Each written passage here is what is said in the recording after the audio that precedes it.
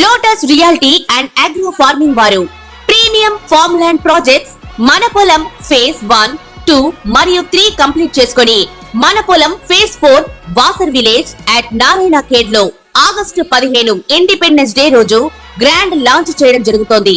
Launching మరియు independence day సందర్భంగా 5 guntas land out rate లో బుక్ చేసుకున్న వారికి 1,50,000 రూపాయల డిస్కౌంట్ తో పాటు 2 గ్రాముల గోల్డ్ ఫ్రీగా ఇస్తున్నారు. పూర్తి వివరాలకు సంప్రదించండి. మాతృదేవోభవ. నేను మీ డాక్టర్ శ్రీధర్. ఈరోజు మనము గురుని యొక్క వక్రగతి గురించి చర్చించబోతున్నాం. అక్టోబర్ నెలలో 9వ తారీఖున ఆయన వక్రగతి ప్రారంభమవుతుంది. అట్లాగే ఎప్పటి వరకు అంటే ఫిబ్రవరి 25 వరకు ఈ మాత్రం అక్కడ జరుగుతూ ఉంటుంది.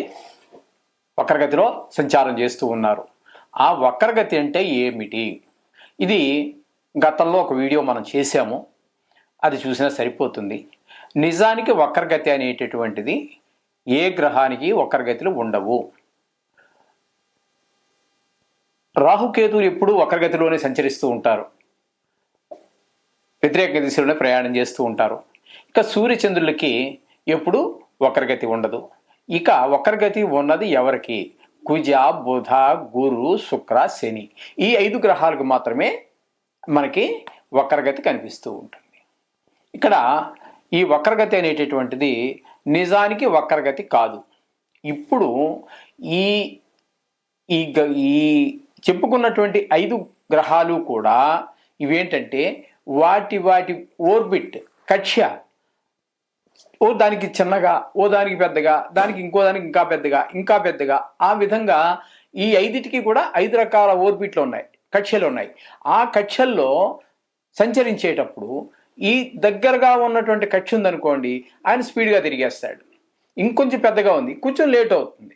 ఇంకా పెద్దది ఇంకొంచెం లేట్ అవుతుంది, ఇంకొంచెం పెద్దది ఇంకా లేట్ అవుతుంటుంది. ఈ విధంగా వివిధ కక్ష్యలలో సంచరించేటప్పుడు మనకి ఈ ముందు వెళుతున్నట్టే ఈ కక్ష, చిన్న కక్షలను బట్టి పెద్ద కక్షలను బట్టి ముందుకు వెళ్ళిపోతున్నటువంటి గ్రహం, అది చిన్న గ్రహం త్వరగా వెళ్ళిపోతుంది కాబట్టి అది ముందుకు వెళ్తున్నట్టు, ఆ పెద్ద ఓర్బిట్లో తిరిగేటువంటి గ్రహం వెనక పడినట్టుగా మనకు కనిపిస్తుంది. నిజానికి ఏ గ్రహానికి వక్రగతి ఉండదు. మరి వక్రగతి లేనప్పుడు ఎందుకు మరి ఈ సంభాషణ అంతా అంటే అక్కడ ఏం జరగదు. కానీ ఈ భూమి మీద మనం నివసించేటటువంటి మానవులకి వాటి యొక్క ప్రభావం ఏ విధంగా పడుతుందంటే, ఈ పెద్ద ఓర్బిట్ ఉన్నది వెనకబడినట్టుగా కనిపిస్తోంది కదా మనకి, దాని యొక్క ప్రభావం అక్కడి నుంచి మన మీద ఏ విధంగా ఉంటుంది. ఈ చిన్న ఓర్బిట్ అనేది స్పీడ్గా తిరుగుతుంది, ఇక్కడి నుంచి దీని ప్రభావం మన మీద ఏ విధంగా పడుతుంది ఈ మానవుల మీద. అందుచేత ఈ దగ్గరగా ఉన్నదానికి దూరంగా ఉన్నదానికి ఈ విధమైనటువంటి రిట్రాగ్రేషన్లో ఉండటం అనేటటువంటిది మనకు కనిపిస్తుంది. ఇంకా మీకు వివరంగా చెప్పాలి అంటే, మనం చిన్నప్పుడు బస్సు ఎక్కేవాళ్ళం, ఆర్టీసీ బస్సు, దానికంటే ముందు ప్రైవేట్ బస్సులు కూడా ఉండేవి. కొంతమంది తెలియచ్చు, కొంతమంది తెలియకపోవచ్చు.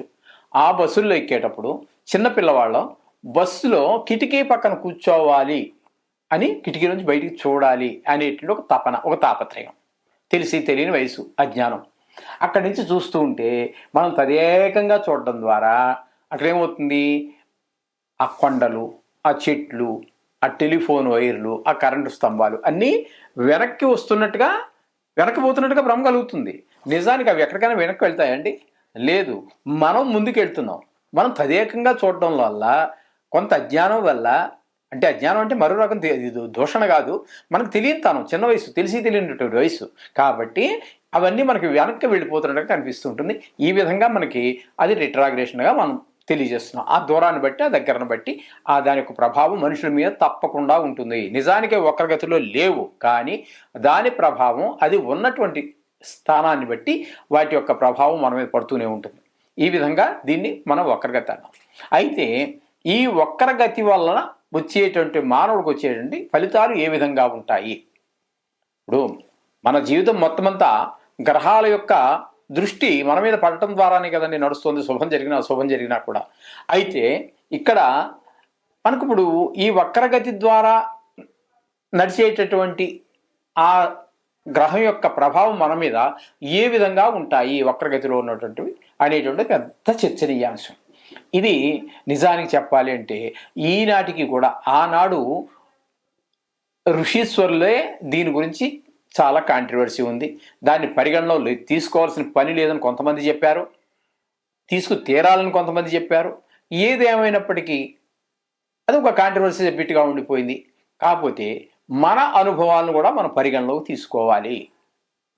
ఇప్పుడు నా జాతకంలోనే ఉచ్చులో ఉన్నాడు గురుడు, కర్కాటకంలో పట్టు వక్రించి ఉన్నాడు. ఆ పీరియడ్లో నాది బాల్యం. అప్పుడు బాల్యంలో నేను చాలా కష్టాలే పడ్డాను ఆయన పీరియడ్ అంతా కూడా. ఎందుకంటే ఉచ్చులో ఉన్నటువంటి గ్రహం కనుక వక్రిస్తే నీచ గ్రహం యొక్క ఫలితాన్ని ఇస్తుంది అని చెప్పడం జరిగింది కొంతమంది. అలాగే నీచలో ఉన్నటువంటి గ్రహం కనుక వక్రిస్తే ఉచ్చులో ఉన్న గ్రహం యొక్క ఫలితాన్ని ఇస్తుంది అని కూడా కొంతమంది చెప్పారు. అయితే ఇక్కడికి ఇది మనం ఫిక్స్ అయిపోవడానికి లేదండి. ఇలాగే ఇక్కడి వరకు ఇలాగే మనం నిర్ణయం చేసుకోవడానికి అవకాశం లేదు. ఎందుకు అని అంటే మనకి రాశి చక్రంలో ఉచ్చులో ఉన్నాడు, వక్రించాడు, సరైన ఫలితాన్ని ఇవ్వట్లేదు కదా మనకి. కానీ అదే గ్రహం నవాంశలోకి వచ్చాక నీచపడ్డాడే అనుకోండి, నీచపడితే అది అద్భుతమైన ఫలితాలు ఇస్తుంది మళ్ళీ. ఇవి కూడా అనుభవంలో చూసాం. మన అనుభవాన్ని కూడా మనం పరిగణించి జోడించి చూసుకోవచ్చు. ఇంచేత నా అభిప్రాయ ప్రకారంగా నేను చూసినటువంటి జాతకాల యొక్క ప్రభావం గురించి కూడా మనం చెప్పుకోవాలి. కాబట్టి ఉచ్చులో ఉన్నటువంటి గ్రహం వక్రిస్తే నీచకి పడుతోంది, నీచలో ఉన్నటువంటి గ్రహం వక్రించినట్టయితే ఉచ్చులో ఉన్నటువంటి ఫలితాన్ని ఇస్తుంది. కానీ ఇక్కడ మళ్ళీ మనం ఒకసారి చెప్పిందే మళ్ళీ చెప్తున్నాను. ఎందుకంటే రాశిలో మీకు ఉచ్చులో ఉంది, రిట్రాగ్రేషన్లో పడింది, కింద పడింది. కానీ నవాంశలోకి వచ్చినప్పుడు నీచబడింది, ఆ గ్రహం యోగిస్తుంది మళ్ళీ. ఇట్లాంటివి కొన్ని చాలా రకరకాల కాంట్రవర్సీలు ఉన్నాయి. ఖచ్చితంగా ఇదమిద్దంగా అని చెప్పి 100కి 100 కాళ్ళు బలగొద్ది చెప్పడానికి వీలు కానిటువంటి ఇది ఏదో ఉచ్చగ్రహం నీచగ్రహమే కాకుండా ఇప్పుడు ఈ గురువు శుక్రుల గురించి మనం తీసుకున్నట్టయితే అస్తంగత్వం వేరు. మళ్ళీ సూర్యుడికి అస్తంగత్వం అయిపోవటం, ఆ విధమైనటువంటి ఫలితాలు కూడా కొన్ని మనం పరిగణలో తీసుకోవాల్సి వస్తుంది. ఇది వక్రంలోకి సంబంధం ఏమి కాదు. కానీ ఇక్కడ మిగతా గ్రహాలకి కొన్నిటికి స్తంభన ఉంటుంది, కొన్ని గ్రహాలకి స్తంభన ఉంటుంది. అవి అలాగా చరించవలసినటువంటి సమయం కన్నా ఎక్కువ కాలం అక్కడ నిలిచిపోయినట్టుగా మనకు కనిపిస్తూ ఉంటుంది. దాని ప్రభావాలు వేరే చెప్పారు. వక్రించి వెనక్కి వచ్చేటువంటి గ్రహాలు కొన్ని ఉంటాయి. వక్రించి కూడా వెనక నుంచి ప్రభావం చూపిస్తాయి, కానీ అక్కడి నుంచి కదలదు, అదో రకం ఉంటుంది.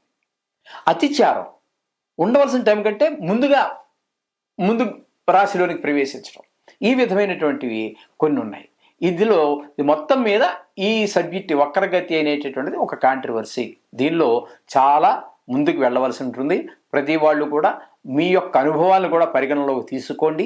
వారు చెప్పినటువంటివి కూడా ఋషీశ్వరుల మధ్యలో కూడా వీళ్ళవి కొంచెం మనకి కాంట్రవర్సీ ఉంది. మొత్తం మీద ఏదైతే ఇప్పుడు మనం చెప్పుకోబోయేటటువంటి విషయం ఏంటంటే అక్టోబర్ 9 నుంచి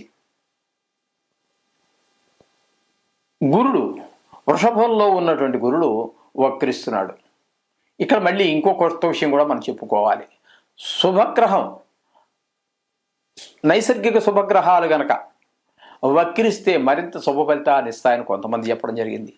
అలాగే నైసర్గిక పాపగ్రహాలు వక్రించినట్టయితే పాప ఫలితాన్ని ఇస్తాయి అని చెప్పడం కొంతమంది చెప్పడం జరిగింది.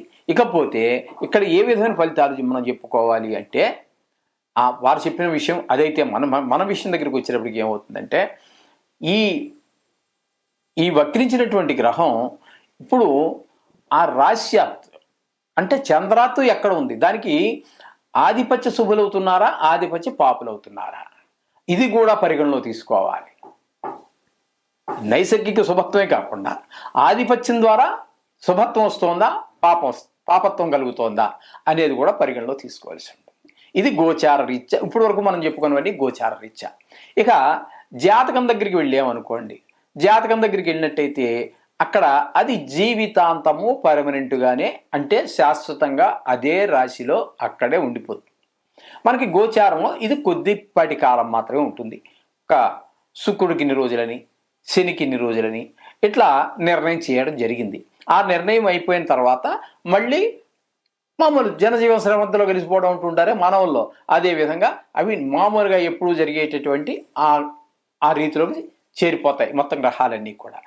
ఇది ఫలితాలు. అయితే ఈ వక్రించి ఉన్న సమయంలో మానవుడి మీద ఆ గ్రహం యొక్క ప్రభావం ఎలా పడుతుంది అంటే, ఇక్కడ నిజానికి ఇప్పుడు గోచార రీత్యా మనకి వృషభ రాశిలో సంచారం చేస్తూ ఉన్నారు గురువు. అయితే 9వ తారీఖు నుంచి వక్రం గతి ప్రారంభమవుతోంది. అప్పుడు మనము ఏం చెప్పుకోవాలి, మిథున రాశి వారికి గురువు, గోచార గురువు అక్టోబర్ 9 నుండి ఫిబ్రవరి 25, 2025 సంవత్సరం ఈ మధ్యకాలంలో గురువు వక్రగతి ద్వారా ఏ విధమైనటువంటి ఫలితాలు వస్తున్నాయి అనేటటువంటి విషయాన్ని మనం ఇప్పుడు సశాస్త్రీయంగా తెలుసుకునేటువంటి ప్రయత్నం చేద్దాము. ఇక్కడ మీకు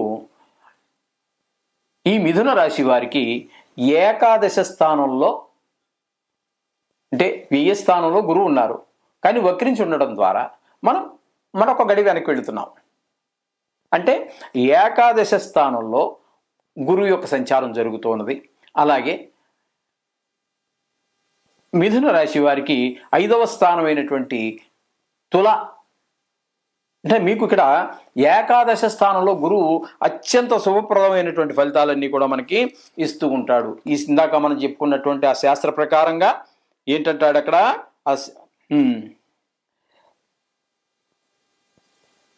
దేశత్యాగం విత్తలాభం అనర్థం ధననాశనం సంపదం క్లేశం ఆరోగ్యం ధనహానిం ధనాగమనం పీడనం లాభ నష్టంచ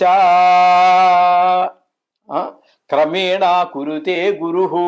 ఇక్కడ లాభం అనేటటువంటిది 11వ స్థానంలో ఉన్నప్పుడు ఏమి లాభం?